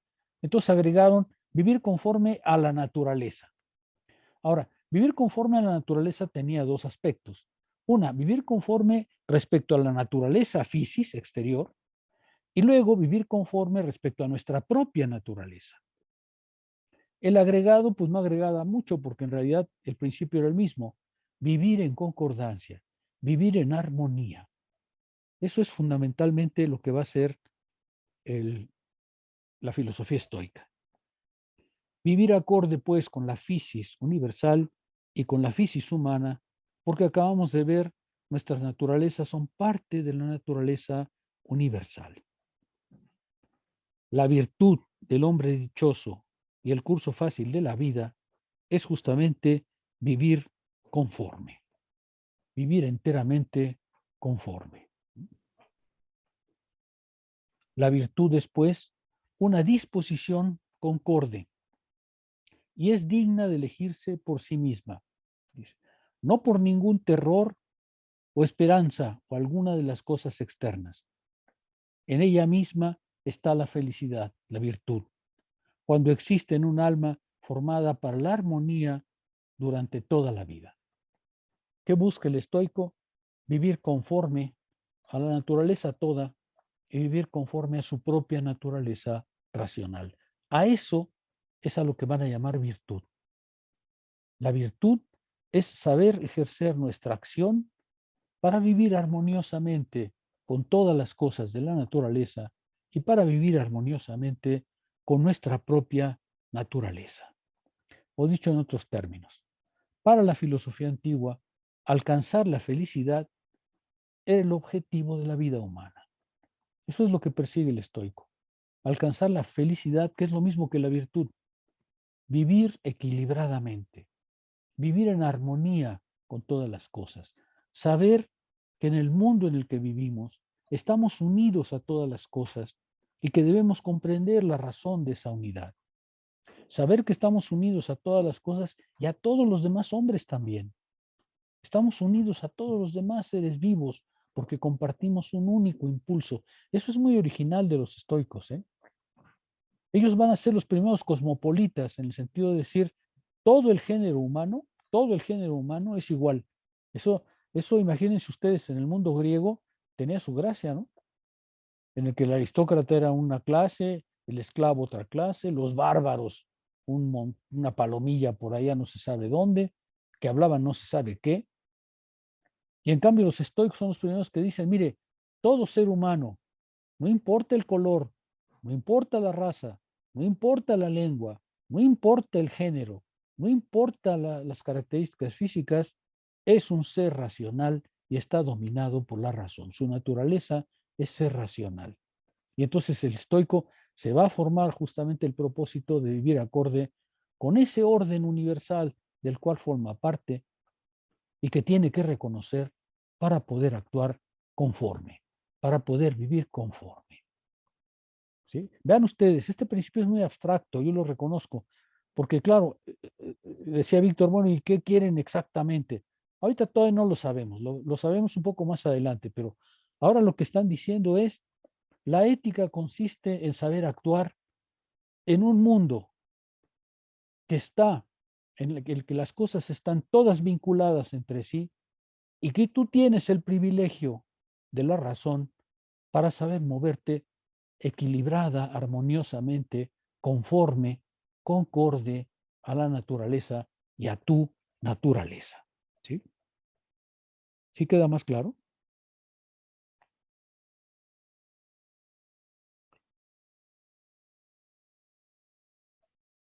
Sucede, sin embargo, que lo vamos a ver constantemente, que el ser humano también se deja persuadir por cosas externas a él, por cosas que no son razonables, ¿no? Por ejemplo, se hace aficionado a la bebida. Bueno, pues ahí puso su pasión, ¿no es cierto? Y no se la puede quitar, y no hay manera de quitársela. Su vida se arrastra de peñasco en peñasco, pero es porque se ha dejado seducir por algo externo. Se ha dejado seducir por un fin que no es el fin de su razón, que no le permite vivir armoniosamente. ¿Quiere decir que es un enfermo? ¿Quiere decir que es un ser malo en sí? No. Quiere decir que su razón se equivoca y que es necesario que corrija esa actitud, esa manera de actuar en el mundo del que forma parte. ¿Sí? Vamos a darle un poco más de carnita a esto para que tenga ya un poco más de consistencia. De hecho, lo que Diógenes Laercio menciona en el apartado, a ver, déjenme leer un poco de Diógenes Laercio. Dice en el apartado 88, sin llevar a cabo nada de lo que suele prohibir la ley común, que es la recta razón, que se halla presente en todo, siendo idéntica a Zeus, que es el gobernante real de la ordenación de todo lo existente. Y en eso mismo consiste la virtud del hombre dichoso y el curso fácil de la vida, vivir conforme. Y la filosofía tiene que ser justamente llevar a la vida a su plenitud, llevar a la vida a su realización. Diógenes dice literalmente que el fin es razonar bien en la elección de las cosas acordes con la naturaleza, y Arquidemo dice que es el vivir cumpliendo todos los deberes. ¿Sí se ve? Vamos a decirlo de otra manera. El estoicismo es una filosofía de la acción.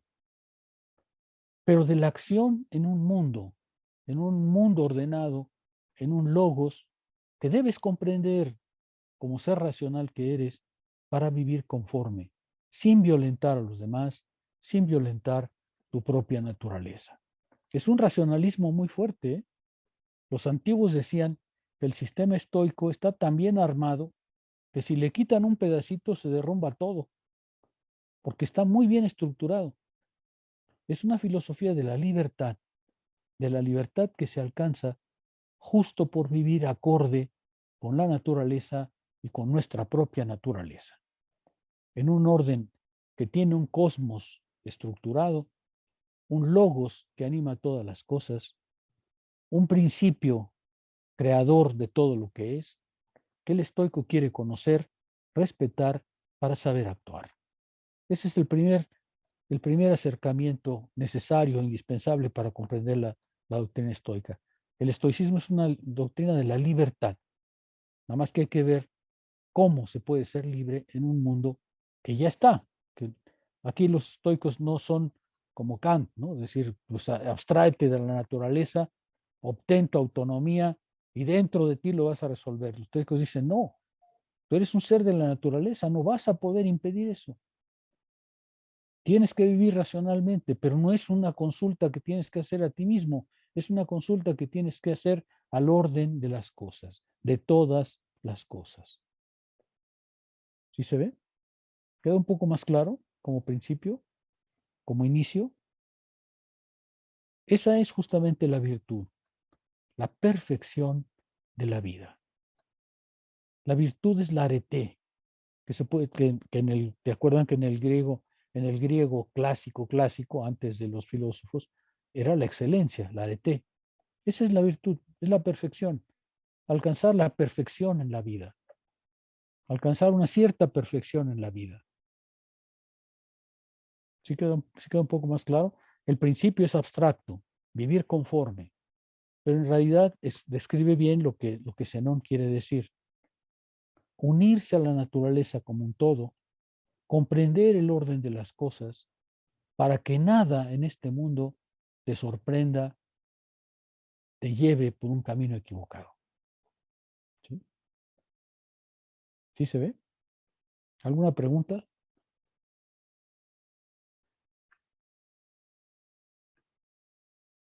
¿Comentarios? Son las 6, por eso les pido preguntas o comentarios. ¿Cómo la ven? Ya estamos acercándonos. Vean por qué Zenón es reconocido, ¿no es cierto? Porque ha vivido conforme. Ha vivido conforme a su naturaleza, conforme a su doctrina, y por eso merece el reconocimiento de filósofo. ¿Sí? Y como va a decir Adot después, filósofo es aquel que vive filosóficamente. Todo aquel que viva bajo estos preceptos será filósofo. No importa si estudió en la primaria, no importa si fue a Harvard, no importa si es egresado de la Sorbonne. No, filósofo es aquel que vive filosóficamente. ¿Sí queda claro? ¿Preguntas? Yo voy a recurrir en la presentación a varios textos, a varios libros, incluso a recopilaciones de los estoicos. Hay una recopilación muy grande de los estoicos, que es esta, la Estoa, ¿no? Es una recopilación de textos estoicos, de todas las fuentes que se conocen. Es ya algo vieja, de manera que seguramente hoy la reescribirían un poco, pero todavía sigue siendo una recopilación muy importante. ¿Algún comentario? ¿Quedaron mudos o qué? No, de mi parte quedó claro, profesor. Ya. Para los demás también quedó claro. Estas filosofías no son complicadas, pero son complejas, requieren cierto cuidado. ¿Ningún comentario? ¿Algo quieran preguntar? Este es el inicio del estoicismo, ¿eh? Por eso Diógenes Laercio empieza por ahí. Este es el primer principio del estoicismo. La hormé, la oikeiosis, la virtud y vivir conforme. Esos son los principios básicos del estoicismo.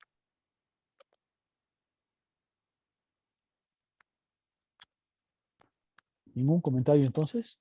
Sí, pues a mí me sorprendió bastante, como que quizá igual y ayer estaba demasiado cansado y como que no alcancé a retomar como las premisas más importantes del texto, en tanto que luego tiene como un estilo muy, justo muy anecdótico, pero se me hace muy, justo, pienso que es muy sistemático, ¿no? Que trae pues justo un racionalismo muy potente, lo asemejo mucho, por supuesto, con Spinoza y así, Claro. pero sobre todo con el concepto de conatus, ¿no? Obviamente, pero lo que me sorprende es que en realidad sí hay pues ya un racionalismo completamente de acuerdo a encontrar el orden en el cosmos, ¿no? Encontrar el orden preciso del cosmos en el que tú te debes inscribir, ¿no?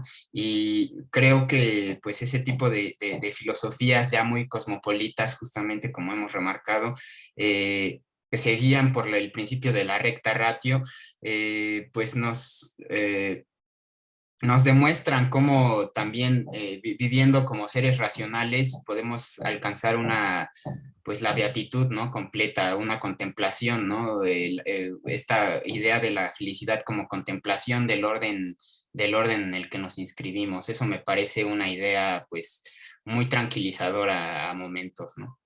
Bueno, vamos a ver cómo se despliega. Tienes razón. Bueno, si no hay ningún comentario, nos vemos entonces el próximo martes. ¿Están de acuerdo? El próximo martes hablaré un poco de cómo se desarrolla la razón, porque si somos racionales, no nacemos racionales, hace falta una elaboración para alcanzar la razón. ¿Sí? Bueno, la próxima vez hablaremos de eso y veremos ya cuáles son la elección que debe hacer los estoicos, las elecciones que tienen que hacer los estoicos. ¿Ok? Profesor, Bueno. vamos a seguir con la misma, con la misma Sí, lectura. Ok. sí. A ver, sigan con Diógenes Laercio, porque esa es la parte de la ética que expone. Este es el texto más sistemático que tenemos sobre los estoicos. Yo les comenté al principio de la clase que de estas filosofías tenemos fragmentos de aquí y de allá, pero casi no tenemos obras completas porque no llegaron a nosotros. Entonces, esta es la presentación más extensa que tenemos de la antigüedad del sistema estoico. Y la iremos completando con otros testimonios, yo los iré leyendo, con otros testimonios de los estoicos. Por ejemplo, si quieren consultarla, también hay una colección en Gredos que se llama justamente Los Estoicos Antiguos. Y esta es una recopilación, no tan grande como la que les mostré, pero es una recopilación de los puntos de vista de los estoicos antiguos. Se llama así, Los Estoicos Antiguos. Está en Gredos.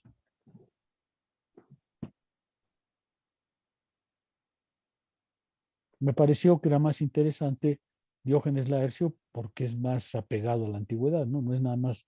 Esta es una recopilación de fragmentitos, ¿no? ¿Qué dijo Clemente de Alejandría? ¿Qué dijo Artemidoro? ¿Qué dijo no sé qué, ¿no? Entonces, bueno, si no hay ninguna pregunta, nos vemos el martes. ¿Les parece bien?